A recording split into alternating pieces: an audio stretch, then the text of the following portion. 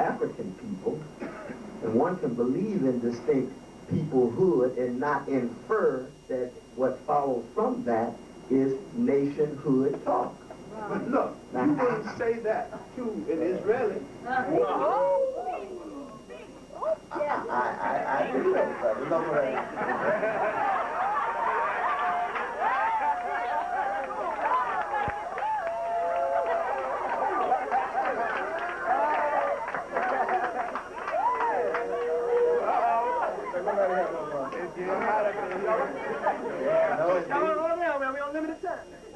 No, we go ahead. We got good time. Oh, we got good time? But, you know, I think that's very important. Everybody in the world looks to a historical place of origin. That's right. Well, Why are we questioned when we look back? yes. That's right. Yes. Blacks tell you how you look, but don't tell you who you are. Every people on this earth, when you dress them by their proper name, that name must reflect land, history, and culture. Yes, sir. Yes, sir. And you call them out of their name. There's no black land or black bill.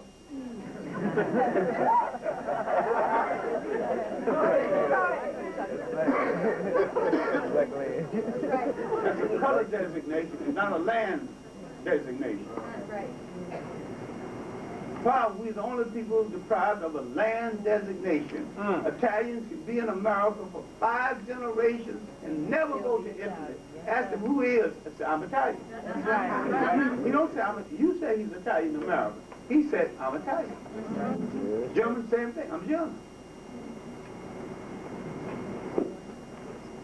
And yet we are shy of saying, I'm an Arab. I've been here quite a while, but I'm in exile, but I'm an Arab. Go ahead.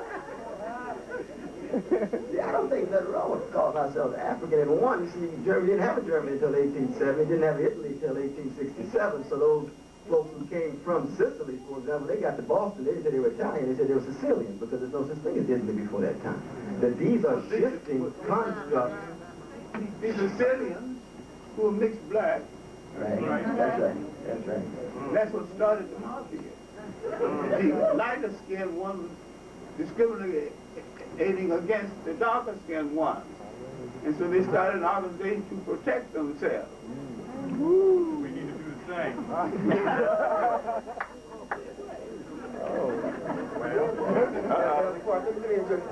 Could I just one more question? Oh, sure, but I just want to interject on your work while you sure. In Keeping Faith, I believe in the introduction, you talk about the spiritual trip home to Ethiopia with your wife, and you discuss your increasing interest in that African tradition, your home, your second home.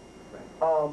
You also discuss your increasing distress at the thought of the possibilities of transforming the hedonistic culture, this is a quote, and market-driven society of America, of this country, and your possible openness to one day shifting terrain to your home in Ethiopia. I remember reading Horace Keaton's Long Old Road, where he talks about being a correspondent at the UN, and a brother from Ghana was there, and he said, I feel sorry for you black Americans. He said, why? He said, because if we succeed in our struggle in Ghana, we'll have a nation. But if you succeed in your struggle, you will disappear. You become an American. With that in mind, my question to you, which I think is in the context of the discussion, what is your vision or dream for the ultimate goal and destinations of Africa away from home in the United States around the diaspora? And what are the lessons that you see as invaluable that we should have learned from being away from home for this long period? And then we can continue.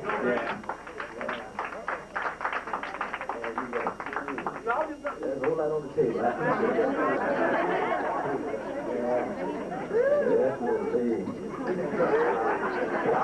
I want to begin, though, where Professor Clarke began, namely being the son of a sharecropper. We're talking about material poverty. And one of the problems, major problems, that African peoples have had when we first arrived in this hemisphere is too much poverty, not enough self-love. The issue of the material poverty and material deprivation cannot be talked about unless you talk about the global distribution of wealth and resources, which takes us right back again to transnational cooperation. Now, the issue of self-love is something else. That's a psychic, spiritual issue that relates to being stolen from Africa. What we have done as a people of African descent has been to make and remake, invent and reinvent ourselves as a particular extension of African people in light of our sojourn here in this strange land. And so when I reflect back on my own identity, for example, when I go to Ethiopia every year and stay for 2.5 months, as much as I love Ethiopia, I still miss the black music that I don't hear there. Because Luther makes a difference. Coltrane makes a difference. Monk makes a difference. There's no monks in Addis Ababa. They got levels of genius expressed in Amharic and Oromo and Tigrian music, but it ain't Coltrane. Now what's going on here? These black people, or these African people, have done something quite unique. This is what I mean by distinct black peoplehood. I'm not talking about nation yet. We can argue about moving from peoplehood to nation.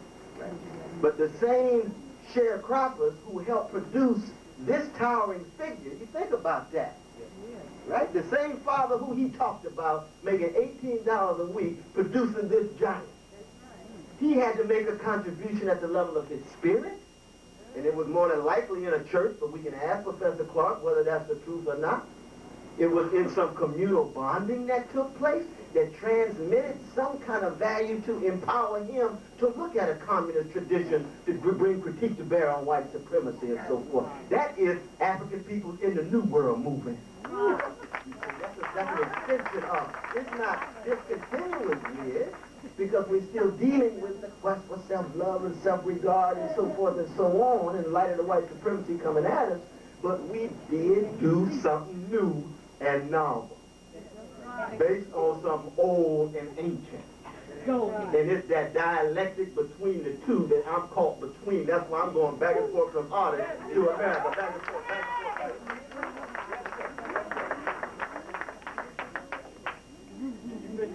Yeah.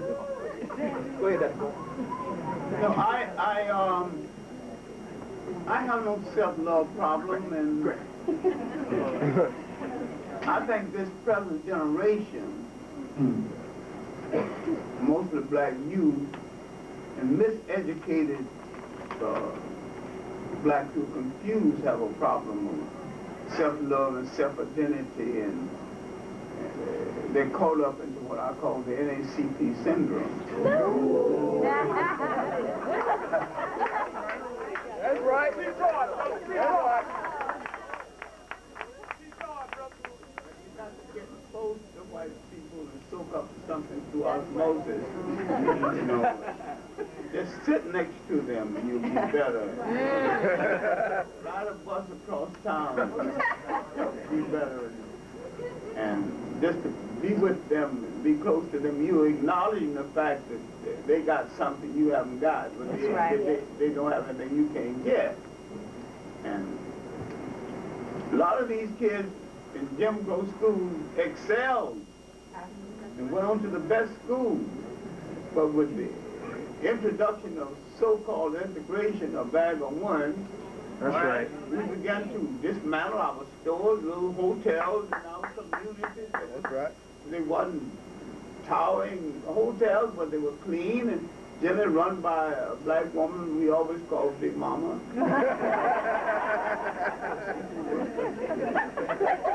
Every time Duke Ellington and Cal Calloway, who couldn't stay in a white hotel, stayed in those little black hotels.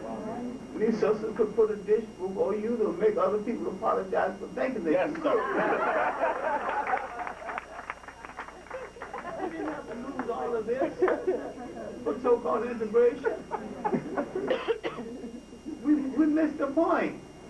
There used to be a black grocery store on every other corner, and you could get a little credit, ain't got no money, you know, he'll wait till Saturday, and you get your money. He was part of the community. He belonged to your church, and so He know you ain't going nowhere. He ain't going nowhere.